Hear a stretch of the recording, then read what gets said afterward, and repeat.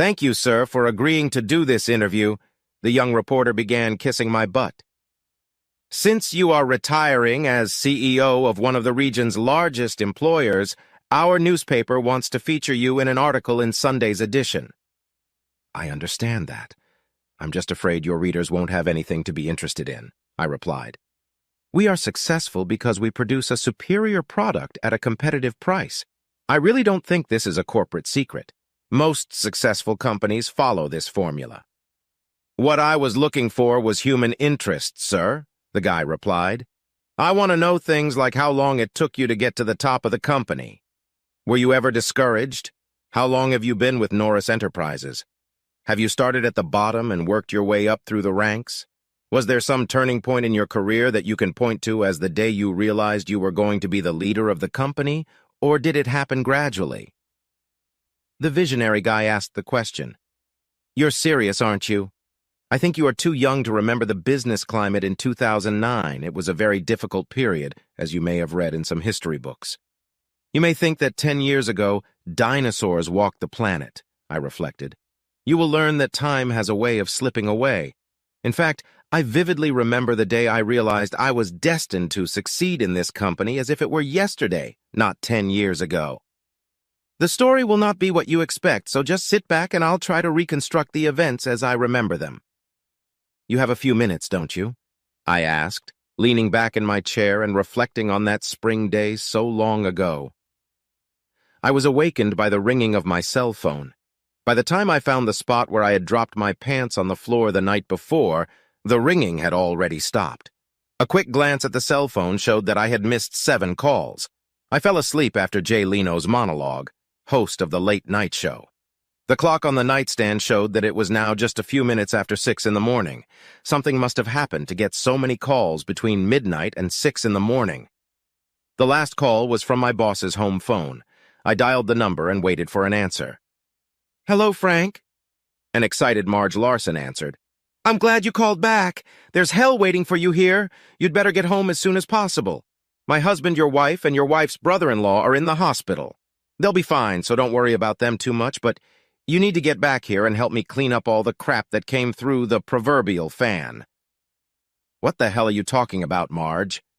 I demanded an answer. Why are there so many people in the hospital? Was it an accident or an explosion? What happened? I so wish the reason was so mundane, Frank. I have to go to the hospital, then visit my lawyer, and finally get to the plant and find out what the hell is going on. I wish I had been paying more attention to business lately. Roberta knows the situation well enough, Marge. Let her handle the business while you focus on more pressing matters, I suggested, while my mind tried to put the information Marge had revealed to me in order. Yes, Roberta. I forgot to mention that she's in jail. I gotta go, Frank. Try to get your ass back here as soon as possible. I need you here. Marge urged me to end the conversation. I pulled out of the motel and pointed the car north on Route 81. As I drove, I tried to make a few phone calls to find out what was going on at home. My wife and sister-in-law did not answer the phone. My wife's parents reported nothing except that my wife and their other son-in-law were in the hospital. Both of my children lived in Washington, D.C., and knew no more than I did, if at all. I returned to my hometown almost 3 hours later with no more information about the situation. I entered the hospital at 9 in the morning and went straight to the front desk.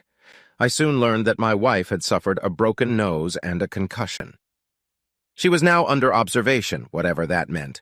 She smiled weakly as I was escorted into her room. Frank, this is all a huge mistake, darling. You have to believe me, she began. Well, this is really good news, Tessa, I replied sarcastically. I think the rainbow circles on your face and the fact that you were unconscious for half an hour or so just fooled the medical staff. They mistakenly thought something was wrong with you. If it's a mistake, we can get a big settlement for negligence. Let's go home. No, Frank, it wasn't a mistake. I have a concussion and a broken nose. I'll have to have surgery when the swelling goes down. The mistake was what happened to Jeff, she said, and then added slowly, and Jack. That explains it so well, Tessa, I admitted. You're totally screwed because of a mistake, as you put it, involving my boss and your sister's husband. Can you anticipate all the questions I might have, answer them, and keep us from doing it the hard way? I can anticipate some of the things you might wonder about, Frank, but I'm still recovering from a concussion, and I don't think it would be a good idea to say too much right now. I'll feel better soon, and then we can talk things over, okay? I can see that all that time at the law firm is paying off, Tessa, I snapped back. You just rest.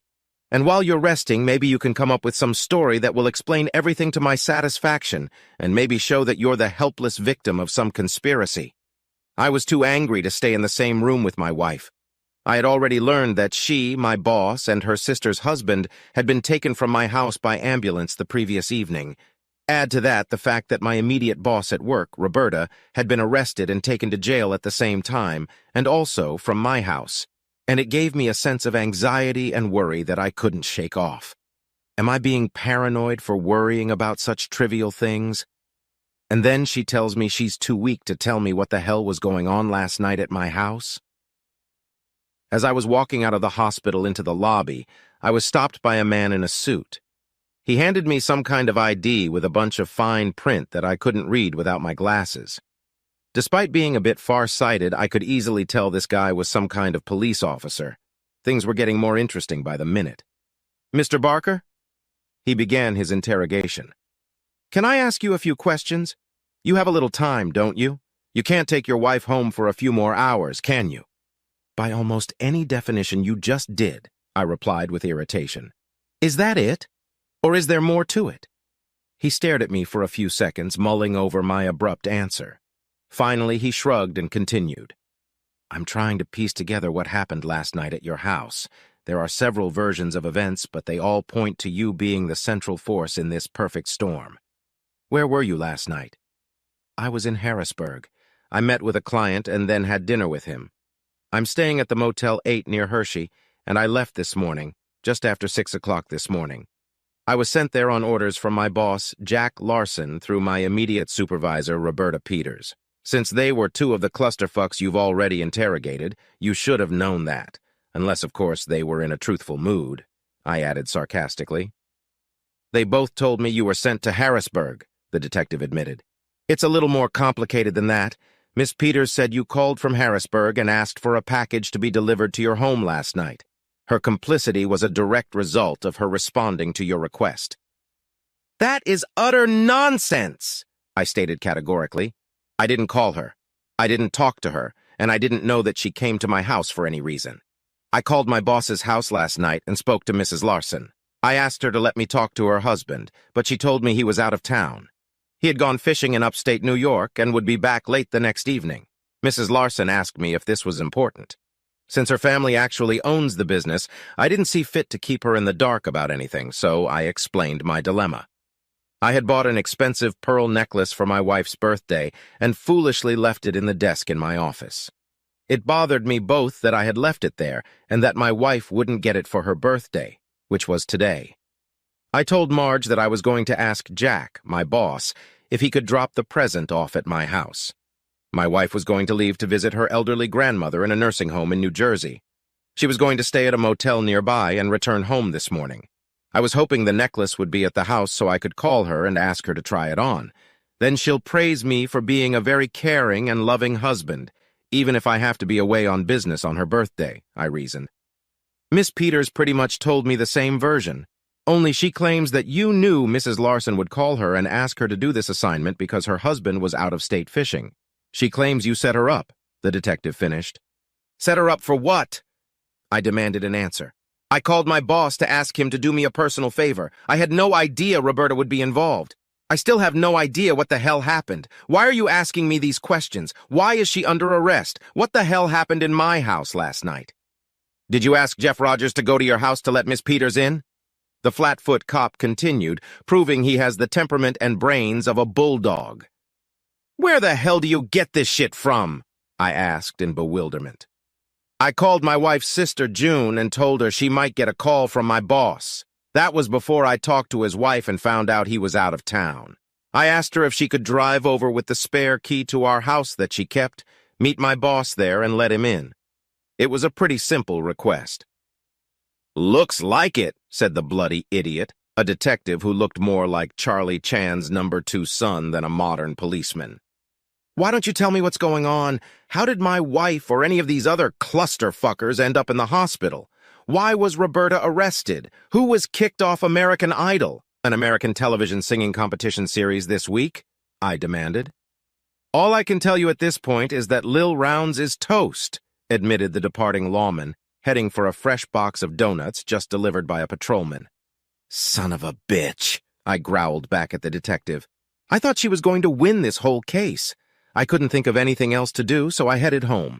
I was terribly angry at my wife for using her evasive lawyer language when I asked her what had happened. I didn't much care for Jeff, my former brother-in-law, and my douchey boss, Jack.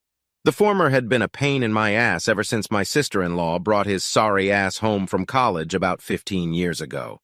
He was a sophomore guard on a Penn State team that nearly lost in the Orange Bowl. Somehow, that elevated him to hero status in that orphanage my wife called her family home. The fact that he never finished university and couldn't get a steady job didn't matter. He was a fucking Nittany lion. My boss was another asshole. I repeatedly demonstrated my knowledge of the business and my value to the company. Without bragging, I knew more about Norris Enterprises than he and Roberta combined. The only downside to my employment record was that I was a man. So Jack, my jerk boss, promoted Roberta to me. This was based on her one quality. She fucked like a mink. I suppose it was an affirmative action since she never told him. No. Now Roberta was in jail and the other suspects were in the hospital. I was unable to find out the cause other than Tessa had a concussion and a broken nose. The extent or causes of the other two's injuries were somehow a secret. I didn't even know why Roberta had been arrested. The idea that they were somehow blaming it on me was ridiculous. The house looked like a bomb had gone off in it. The front door was broken out and pinned shut with some crooked nails. I walked over to the door to the kitchen and stepped inside. The first thing I noticed was a trail of blood coming down the stairs. Walking down it, I found more blood on my leather couch. It was similar in consistency to liver and was a very bright crimson color. I decided, fuck it, and walked up the stairs, trying not to step on the blood trail. It became almost impossible when I entered my bedroom. Blood was everywhere. It covered the floor and the bed was splattered haphazardly on the walls and furniture.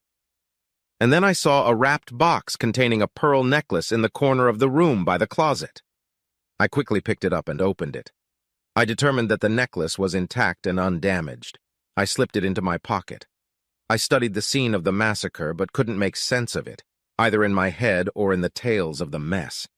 I realized I should have watched more crime shows and less reality TV. I left the house as I found it and headed for the office. Tessa had been involved in the appearance of the blood, so she could have cleaned it up or arranged for it to be cleaned up. I had a bad feeling about the whole situation. There was less blood in the damn OK Corral than there was in my bedroom. Things like that rarely happened when I was sitting in bed reading a novel. Marge was in the office when I arrived. It was obvious there was a heightened state of anxiety. I guess when your bosses are hospitalized or imprisoned, it creates a certain amount of tension. "Frank!" Marge Larson called out from her husband's office, inviting me to join her. "I'm glad you're back so soon. Were you at the hospital?" "Actually, yes, Marge," I admitted as I entered the room and closed the door. "My wife bullied me for a couple minutes, and then some genius from the police department questioned me." "Did you tell him anything?" Marge asked. Now I was really feeling out of my depth. What kind of question was that? What the hell could I have told him? "Yes, Marge. I told him where to find Jimmy Hoffa, Elvis, and Sasquatch. I didn't want to, but the guy turned out to be so smart and got it all out of me. What the hell can I tell him if I have no idea what the hell is going on?" I protested vehemently. "How did you explain that your brother-in-law was at your house? You told me your wife's sister would be there to let me in. I relayed that information to Roberta. How did you get Jeff to come to your house instead of June? It was a stroke of genius," she laughed. "Have you ever participated in a conversation when you have no idea what's going on? You understand every word that is being used, but altogether they don't seem to make any sense? Then you wonder if maybe you have brain damage or are in a stupor." I felt exactly the same way. "What the hell are you talking about, Marge?" I asked into the void. Marge stared at me for a few seconds and then seemed to suddenly make a brilliant observation. "My God, Frank, you didn't know anything, did you?" a puzzled Marge asked rhetorically. "You really wanted Tessa to get that present for her birthday. You didn't know about Jeff and had no idea that he was the one who let Roberta into your house. This is priceless. I seem to be in the dark, Marge, but I expect you to bring me up to speed and pretty darn quickly. These stupid references to something and incomprehensible statements just piss me off. Tell me what the fuck is going on. I don't have a lot of time. I told the hospital I'd be back at 1 o'clock to pick up Tessa and bring her home. Just lay it all out and tell me in plain English so I understand. Let me start by saying that you really don't want to take Tessa home. She has a broken nose and a concussion because Jeff punched her in the face, Marge said. Don't turn this into a game, Marge, I warned. You can guess that I want to know why he hit her and why I shouldn't take her. Jeff hit her in a fit of jealousy when he saw her riding my husband cowboy style.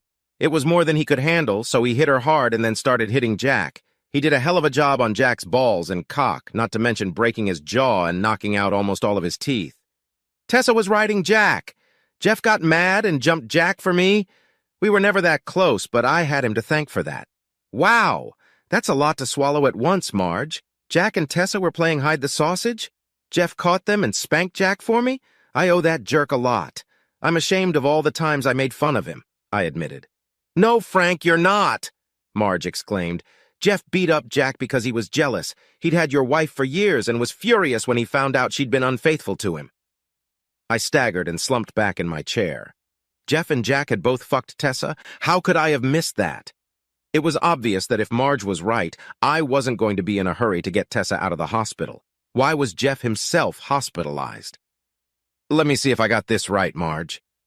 Jeff came to my house to tell Roberta about my gift for Tessa. He and Roberta assumed that Tessa and Jack were out of town and the house would be empty. They somehow caught Tessa riding Jack. Jeff screwed Tessa because he thought she was his exclusive whore. Then he worked Jack over for having his whore. Are we sure now? I asked. I think you've got it right now, Frank, Marge agreed. One little problem. Boss lady number 1 forgot that Jeff's in the hospital, too. You think Jeff beat himself unconscious even though it didn't take much at all, I added in my best Charlie Chan imitation, which wasn't very good. Marge actually grinned as she replied, Roberta stabbed Jeff in the femoral artery. He was bleeding like a hunted hog. The police arrived just as she shot him and ended up breaking down your front door. By then, Jeff was dragging his ass down the stairs and was covered in blood, shitting all over your leather couch. I see, I replied, unable to think of anything more witty. Are you going to tell me that Tessa played with Roberta, too? That's so wrong. No, not Tessa, Marge explained. Roberta and Jack had been belly-bumping for about a year now. When she saw Jeff give her boss and lover such a thorough ass-kicking, she pulled a gun out of her coat pocket and shot Jeff. She was arrested for multiple firearms violations and for shooting the asshole. It seems to me, Marge, that you're pretty well informed about this whole fiasco. You were under the bed, or maybe... Nothing would surprise me now. Hardly, Marge grinned. I had a frequent detective following Jack around for the last few weeks. He was outside your house listening through a device he had hidden in Jack's pants. He was the one who called the cops when he heard Jeff going crazy. If you had a man watching Jack, you had to know that he was already at my house and had Tess when you sent Roberta there to deliver the necklace. Did it ever occur to you that there might be a problem? Hell, Roberta never hid the fact that she had a gun. Everybody knew about it. I practically yelled at Marge. Actually, Frank, it did occur to me that this Annie Oakley might pull out her old pig's foot and do some frontier justice. Marge smiled. I just didn't expect your brother-in-law to be there. I didn't realize he had Tessa, too. I thought June would let Roberta in and be a reliable witness to what was going on. Damn it, Marge! Tessa and Jack could have been shot by Roberta, I noted excitedly. Did you ever think of that? Well, of course I did. I knew it was possible. I thought you knew everything and were trying to set me up to catch Jack and Tessa. I just set Roberta up to, as they say, protect the innocent. The fact that Jeff, who let Roberta in, was also Tessa's lover and proceeded to beat the crap out of both of them was just the savory gravy. I thought you planned that one somehow, too. Well, now Jack and Roberta are out of business and you have a company to run. Marge, hadn't you thought of that? Or were you so out for revenge that you were willing to destroy the company your father had built from scratch? I demanded an answer. Again, Frank, I thought about it.